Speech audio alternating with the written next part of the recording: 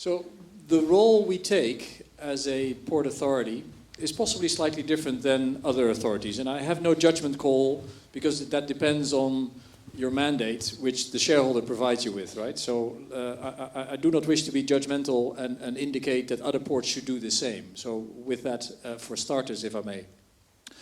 But let me use one example in order to hopefully address your question.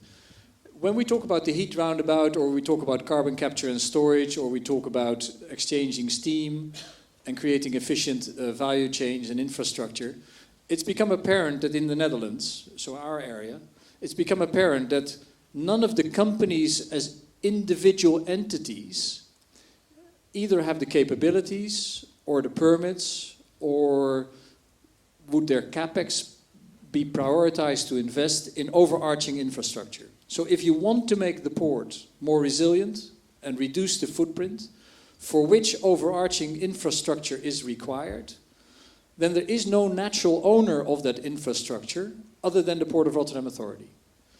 So when we engage with the businesses in the port, and we house about 3,000 or so, and we talk about making that port more resilient and what is required in order to achieve that, then invariably the discussion emerges that it needs, if you like, more general overarching infrastructure for which these individual entities do not have the permit nor the capability, nor is it their priority, because they have a focus from their shareholders to maximize the return from that individual facility.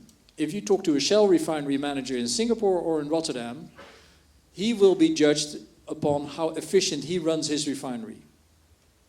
But if you can liaise with that international entity at head office level and say, in order to make your business more resilient, in order for you as a corporate international to address the climate change challenges and to show and lead the world that petrochemicals can still feature in a climate-restrained environment, and if you allow us to use your residual heat for better purposes, but all you need to do is create a piece of infrastructure up to your fence, we will take it from there, then the proposition becomes appealing. And that's exactly what we're doing. So we're taking a very proactive role as a business developer, as a project manager, as an initiator of new ideas. We could have sat back and not embarked upon the investment in 3D printing. But our understanding, by talking to everyone in the maritime sector, was, yes, there's music in this initiative, in this innovation, but it's too much for us to grapple with at this juncture. We do not have the time, capability, money, facilities to invest more than X amount of money, let alone 3 to 5 million euros required to create that 3D printing environment. So we said, well, why don't we take that initiative, have the companies join, because if the companies in the port area operate well and profitably, it is in the best interest of the port, it therefore is in the best interest of the city.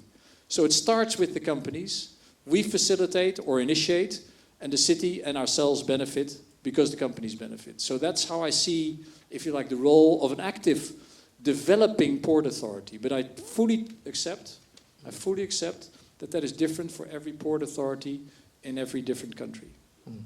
Vice Mayor, you have some comments? Just a few words. I think Mr. Castelein is very right, and it must not be easy for you to have public stakeholders always. And what I like about the port development is that they combine the knowledge of a lot of people, but they always make a business case. And they are supposed to make the business case. But they are making the business case also on a cost-benefit analysis, but also on a public value analysis. And I think that's quite unique. And that will be not the case in, well, other port authorities. Before I open up to the next question, just to add, indeed, I think one of the important things that any country or port have to consider is how do you organize your agency? In the case of Singapore, the Maritime and Port Authority is also quite a unique entity. We are a combination of two roles. We have a regulatory role and we have a promotional role. And the real change to the role that we played came about when the promotional role came into being part of MPA.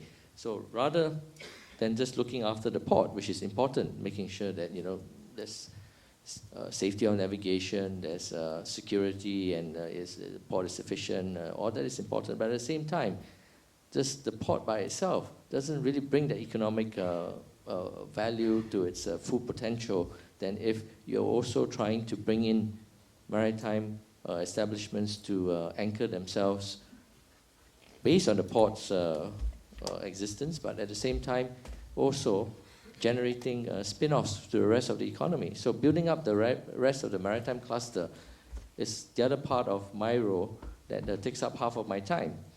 But we don't go into business development as the Port of Rotterdam Authority does. That will require me to double my management team, and that might even involve bandwidth taken away from these other two tasks, or maybe away from the core primary tasks.